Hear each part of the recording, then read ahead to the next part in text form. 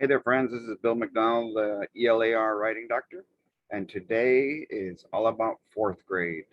So if I show you a fourth grade reading question that says supporting, that means that third grade students should have learned it by the time they got out of there. If it says fourth grade readiness, that means they were learning it for the first time in fourth grade, and that hopefully by the time they get to fifth grade, they will have mastered it. But I'm going to show you again, like I did the third grade problems earlier this evening, only the three most difficult questions. I think anybody could probably show you strategies for questions that did or do very well, but I want to just show you a way, not the way, a way that I would suggest that you teach some other strategies for these three questions. They're going to be number 14 on the fourth grade test from Texas, number 25, and number 29. Just making sure I'm not lying to you. They got 47, 45, and 42% correct in Texas. Now, what I'll do for you when I post it onto Facebook and YouTube is also include the skill so that those of you who teach across the United States and around the world will also be able to apply some of these skills to whatever your student expectation or skill might be. So let me start by showing you something that I didn't show the third grade, and a lot of you are in my fourth grade writing club from years gone by, so a huge percentage of you are here because you're fourth grade writing teachers who are transitioning to reading. So this is what we call the item analysis report for fourth grade, and you can see that the testing date was in the spring of 2021 on the upper right hand side there. The report date was in the summer, and what I did earlier was I went ahead and counted what number, what percent scored less than 60% correct. And as you can see for fourth grade, 15 out of 36 had less than 60% of the students get the questions correct, which was 42%. 19 out of 34 in the math. So 56% of the questions had less than 60% correct. So you'll see all those little pink numbers highlighted. And in the writing, 14 out of the 24 questions at 58%, the largest number, had less than 60% correct each question. So even though that's the lowest number, it's the highest percentage because it has the lowest total. And most of you that understand math will understand that concept. So the ones we're going to go over today are in order are going to be number 14 that got 47% correct in Texas. There it is. Letter F was the correct answer. And you can see the other letter choices, and I'll mark them on the test for you. Then we'll do number 25 that got 42% correct, and number 29 that got 45. So all three questions, not even half of the students in Texas were able to get these correct going into the next year. So that means that if you're a fifth grade teacher, you should probably be teaching these three skills. So even though something will say supporting for fourth grade, if it did that poorly, then you probably need to go ahead and teach it to your students, especially if you teach fifth grade. It's not going to hurt you to give these questions to your fifth graders with permission from your district, of course. So let's go ahead and take a look at the questions. Let me start with number 14, like I said. All right. For those of you that are watching for the first time, The first thing I do is write the word rules on the left-hand side.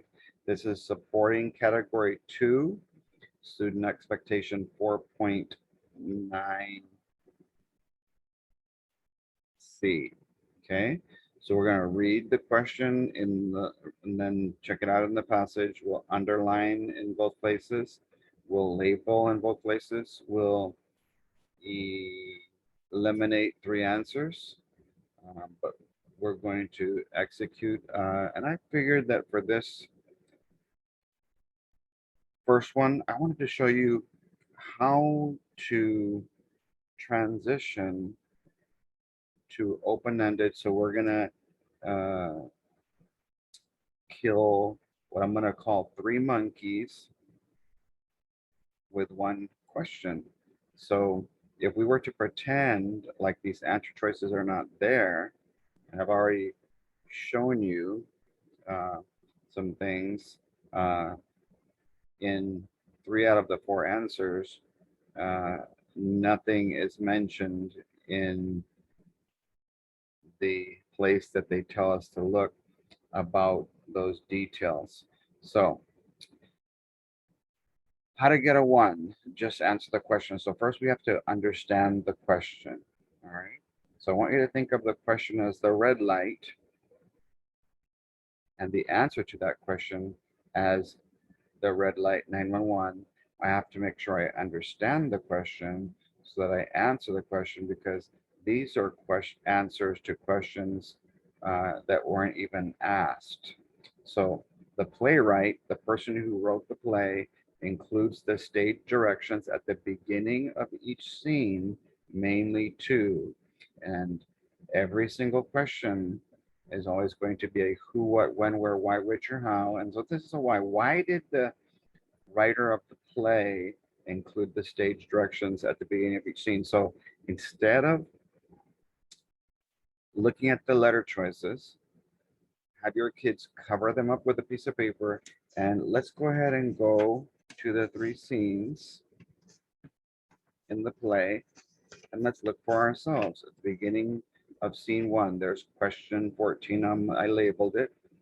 The scene opens in school. That's a place. A where. Bella, Scott, and Amy are eating lunch. That's a time. A when. Okay. It didn't ask her about a who. It didn't. So there was nothing else except a where, a when, and a who. So remember the 6 W's plus 1. Who, what, when, where, why, which, how. And so this scene opens by telling you where they're at, the place, and the time when their scene is taking place. All right. So that's 1 scene. Okay. But in order to get a 1, you have to make sure that your answer is correct for all 3 scenes, because they asked the question about the beginning of each scene. So school hallway is the where, the place. 1 week later is the when, the time. Bella stands at her locker. So the GPS get pretty specific.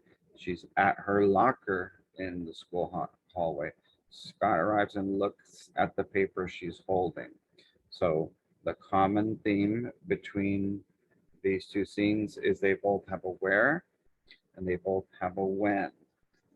Okay, a time and a place. The last scene is on the same page. Later that afternoon, that's the time, the when, the same day, the time, the when. Bella's sitting in her living room. Okay. And so the only common element is Bella and different characters each time. The place is her living room, the where. So if you look at my graphic organizer, I use the colors of a traffic light because your kids might not be able to relate to open-ended questions but they should be able to relate to a traffic light. So as you can see, what is the prompt? What is the topic? What is the question?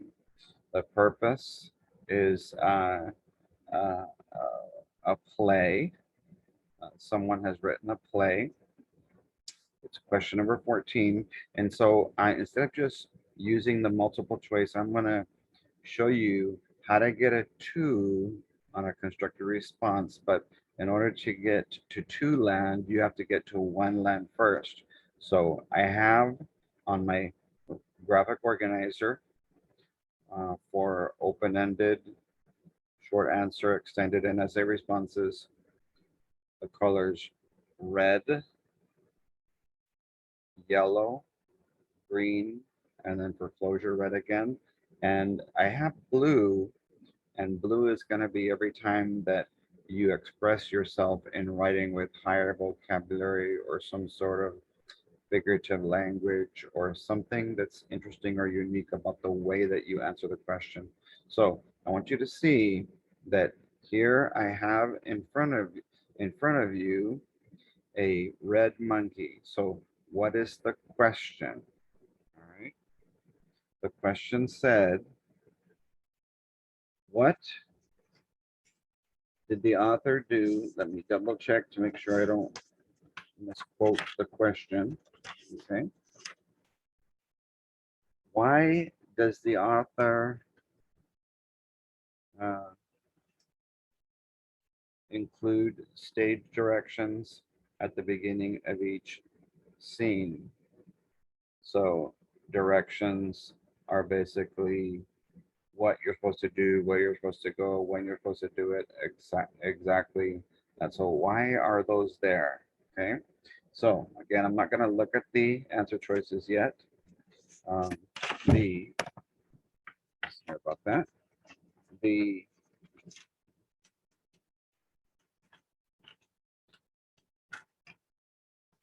question was, why are the stage directions on each scene?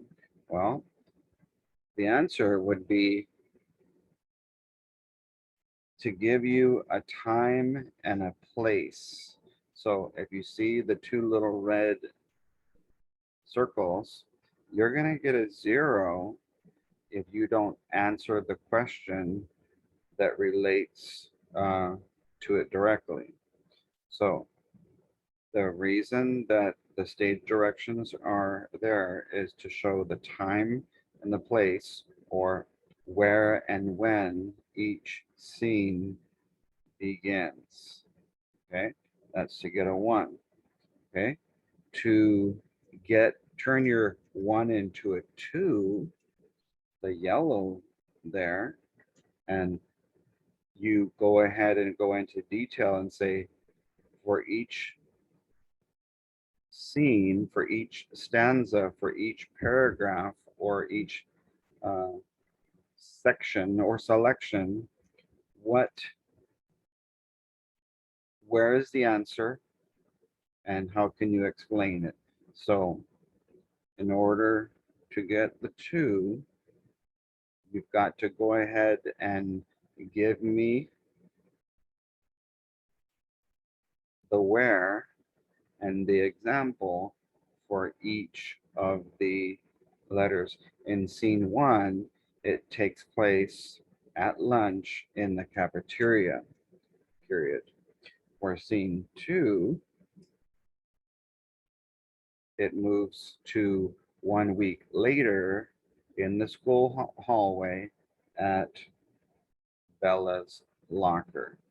And for scene 3, it's the same day in the afternoon in her living room at her house. So because the student answered the question and they gave textual evidence uh, where the reader can go and actual details. The cool thing about these monkeys is they look like S's. And so if you tell them, I want your answer, but I want it in a complete sentence. Well, I already got the 1 because they said it talks about the where and the when. And then if I were to put these three scenes in sentences, three sentences, I would be able to get the two because of textual evidence. And I want to show you that at Dollar Tree, they sell these monkeys in sets of 12. And they have 4 yellows, 4 reds, 4 greens, and 4 blues. And so it just works out greatly. That's why I have the graphic organizer that color. And so that's how you'd get a 2. And for those of you that are going to get essay responses, in order to get a 3, you're going to have to develop the essay completely and bring closure, a conclusion, and ending with transitions in between that you can see. So it's going to have a beginning, a middle, and an end. Uh, Answering a question with a lengthy response. We don't know how long it's going to be, but at least I have it where they can have on the bottom portion uh, the rough draft possibly, and in the top portion could be the main ideas of what's the answer, where is the answer, what are you going to say, and what are the specific details in order to get a 3.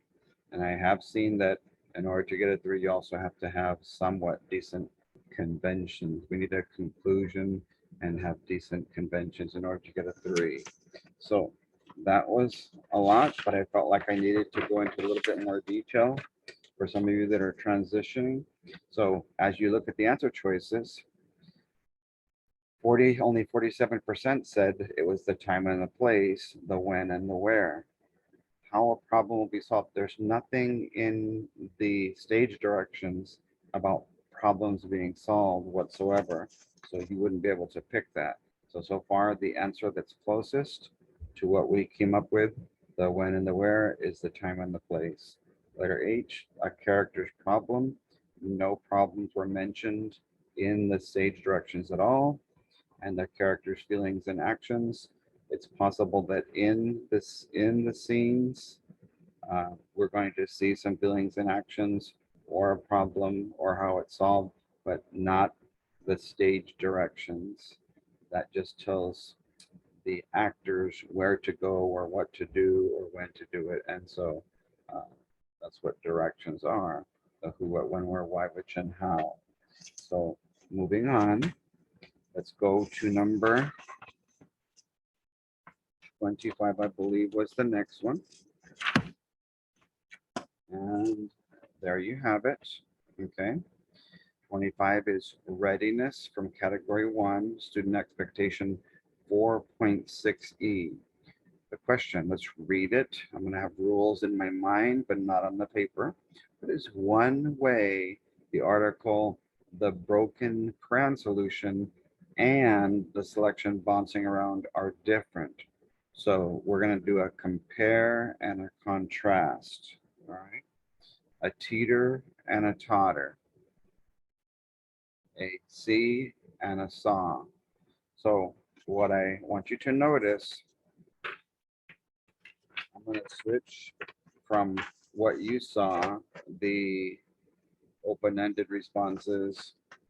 On the opposite side is going to be when I cover editing of open-ended responses and passages with you and essays. And we're going to be able to cover reading and revising with the revising graphic organizer. So on the bottom portion of the revising graphic organizer is an arm, and there is the teeter totter. And so when you're saying how something is different, you're comparing and contrasting. So the section called, the selection called broken crayon solutions from question number 25 has letters A, B, C, D, and bouncing around. We're going to be checking A, B, C, D, and we're going to be seeing how they're different. So let's take a look, and so I can show you how I decided between letters A, B, C, and D. So I want you to notice how they're different, what one has versus what one doesn't have. If it's not mentioned, I put an X on it. If it is mentioned, I put a circle. So as you can see, the only one that I have with two circles is letter A. And remember, what we're comparing is how are they different. So let's take a look at letter A. The broken crayon solution tells about a short period in Cassidy's life. Okay, when she discovers how to add a little plastic device to a crayon so that you can use both short and longer crayons without having trouble. Bouncing around describes several years. Now, I did notice a distractor, so it's possible that the reason why a lot of students chose B, C, and D, if you look in the passage, I want to show you a sentence that could be distracting from the broken crayon section. Get there. All right, here it is. I want you to notice right here that it says, oh, it's on the next page. It's the last part, if I'm not mistaken. There it is. Eventually, so many crown holders were sold that Cassidy was able to pay for most of her college education out of her earnings. So she wasn't in college when this story, this um, article was written about her. She was only 11. And so very little time passes between the time that she comes up with the broken crayon idea and by the time she sells enough to pay for her college education. And so that could be a reason why some students got distracted. So I wanted to show that to you. But if you look at the other choice, it says describes several years uh, in Nissan's life, and there's several examples of different stages of his life. So you can use the paragraphs themselves to show how this is true. So even though um, that distracting sentence is there, this is the best one because if you look, letter B, the broken crayon solution explains many benefits of Cassidy's product. Many means multiple, plural, and the only benefits of her product is that she can use short or long crayons. To me, uh, you can use crayons. That's basically one benefit, but you can use short or long ones. That's only two benefits. That's not many. So that's already not true. Bouncing around suggests that there is only one benefit from using this product. No, there's a bunch of benefits from using the product, and it mentions them throughout the entire passage. The broken, and I notice that I have a T between them as you transition, compare and contrast each one. Letter C, the teeter, the broken crayon solution, describes the steps Cassidy used to make her invention. That was true. The step by step. Okay. The bouncing around does not tell how Nissan made its invention. And this part is not true. It does tell. So if she does tell how she makes the invention, and they do tell how they make the invention in this passage, those things are the same, they're not different. And so we need to make sure, compare and contrast. If you think about it in the alphabet, compare comes before contrast, uh, just like how we're going to compare them first and say, those things are the same. They both tell the steps used to make the invention. So we don't have a contrast in that situation. The last one, letter D, the broken crayon solution, shows that Cassidy had many interests as a child? Let's check this one. No, the only thing we know for sure, it only talks about her drawing or coloring with crayons and being frustrated that the broken ones were harder to use. And so all we know about is one interest. So right away, this answer is wrong because that's not even a true statement. Bouncing around shows Nissen had only one interest, and that's the opposite. So these are both false statements. So you can't compare and contrast things that are not true. For example, if I told you that Bill hates golf, that would be a lie. And my best friend, Michelle, make up a name, loves golf, that would be a lie. And so since both statements would have to be true, but they would have to be opposite of each other, then we wouldn't pick that one. We would only pick the statement that was the truest.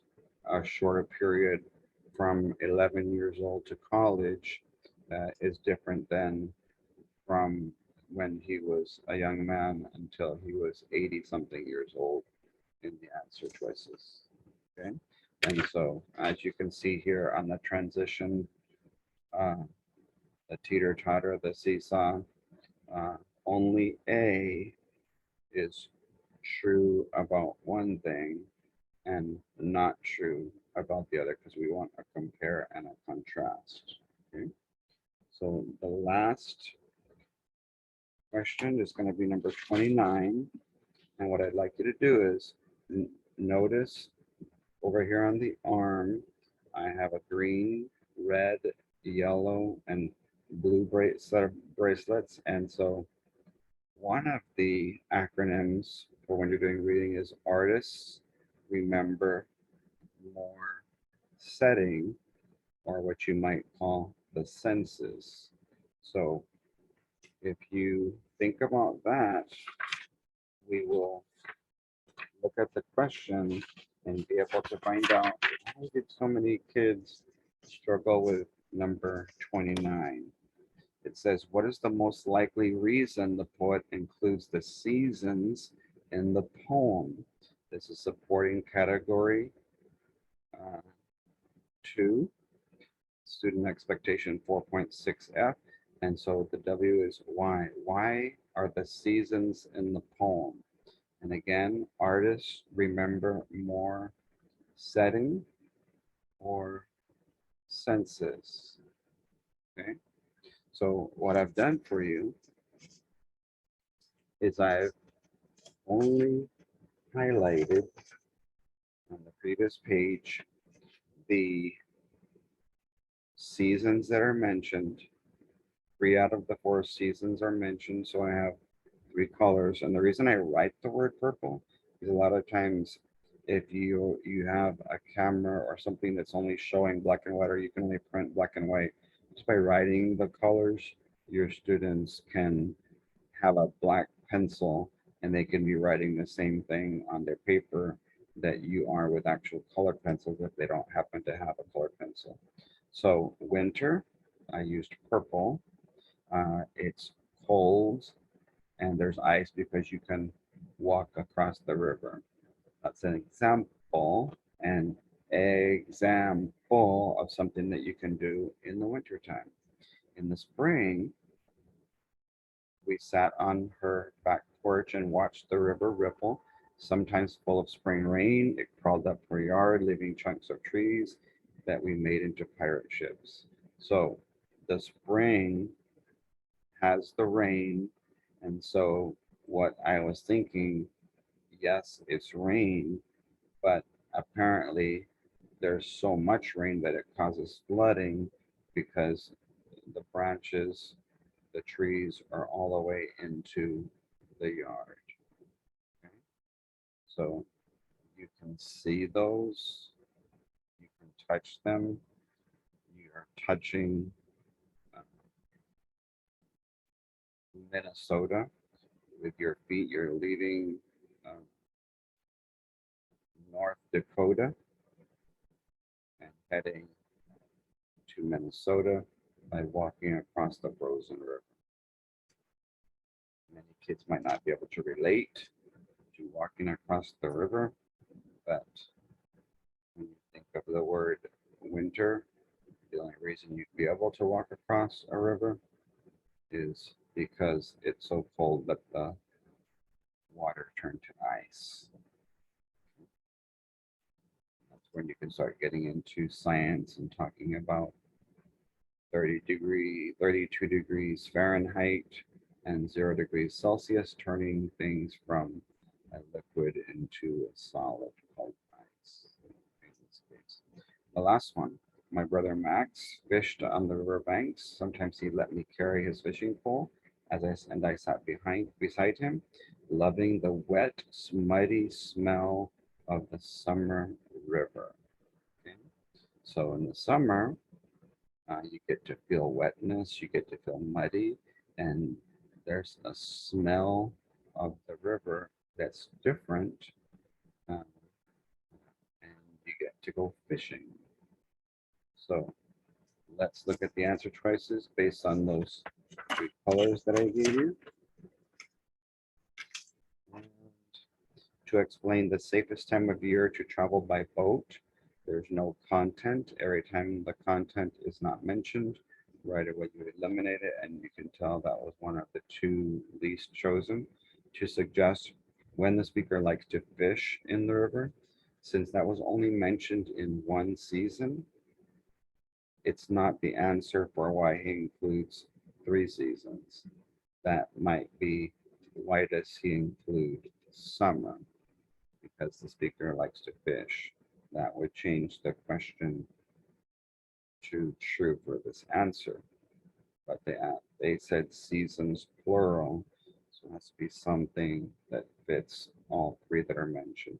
To identify the best time of year to make friends at the river, well, the brother is mentioned, and that's not a friend. They could be, but they don't talk about being friends really.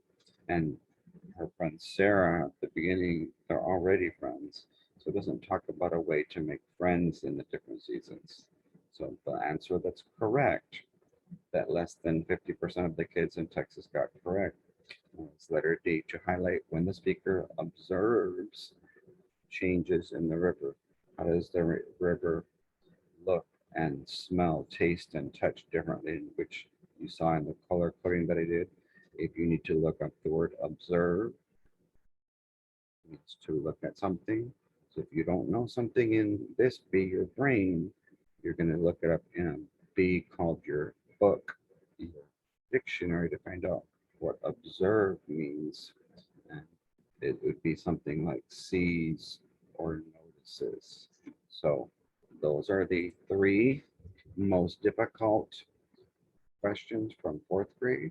And as you could see, some of them were supporting, some were readiness. And so students in third, fourth, and fifth grade would be helped by practicing some of those strategies.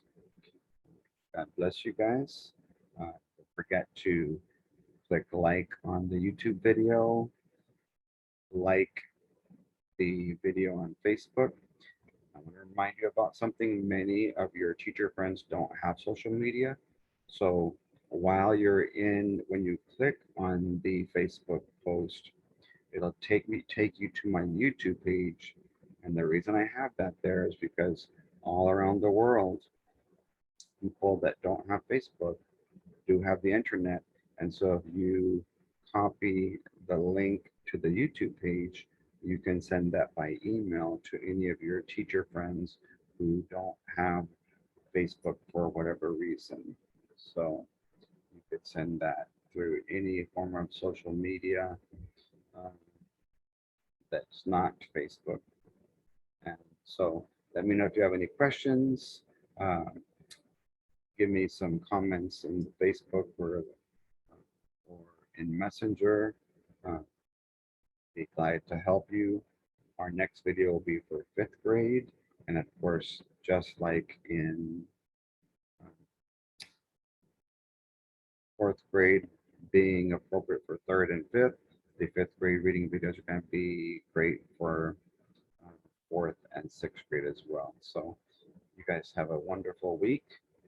Thanks again for joining our club, and hope that you're getting lots of great information. Take care.